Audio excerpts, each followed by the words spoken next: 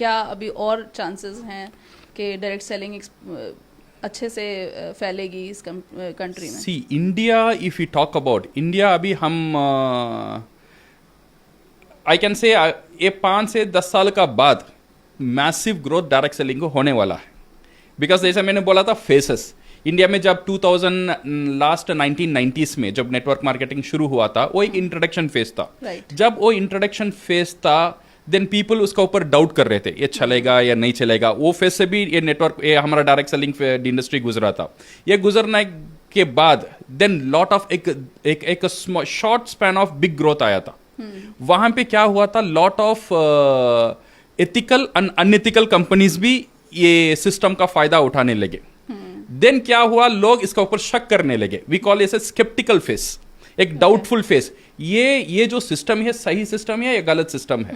Because इसमें कुछ company अच्छे कंपनीज आ गए, कुछ कंपनी गलत कंपनीज भी आ गए। देन क्या हुआ, then it comes a regulation phase. एक इंपॉर्टेंट फेस है जहां पे गवर्नमेंट का नजर पड़ता है ये इंडस्ट्री का ऊपर, यानी कि इतना हलचल क्यों हो रहा है। ओके, सो देन गवर्नमेंट क्या करता है, इसका ऊपर रूल्स एंड रेगुलेशन लेकर आता है to protect the citizen and also the consumer. जैसे इंडिया में भी हुआ था इन 2021-22 में हुआ था, 21 में हुआ था। ओके, देन उसका बाद अभी क्या होगा, कंसोलिडेशन होगा।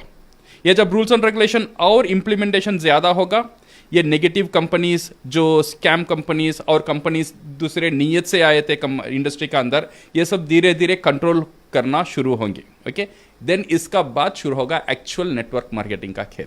तो अभी हमें एक्चुअल नेटवर्क मार्केटिंग देखना बाकी है अभी कंसोलिडेशन फेज में। ये बहुत बड़ा एक अपॉर्चुनिटी है इंडिया के लिए। इंडिया का जो नेटवर्क मार्केटिंग का जो फेज आएगा ना, what we talk about America, it's number 1 जहां हम इतने, बट यू सी अमेरिका में पॉपुलेशन कितना है और इंडिया में पॉपुलेशन कितना है।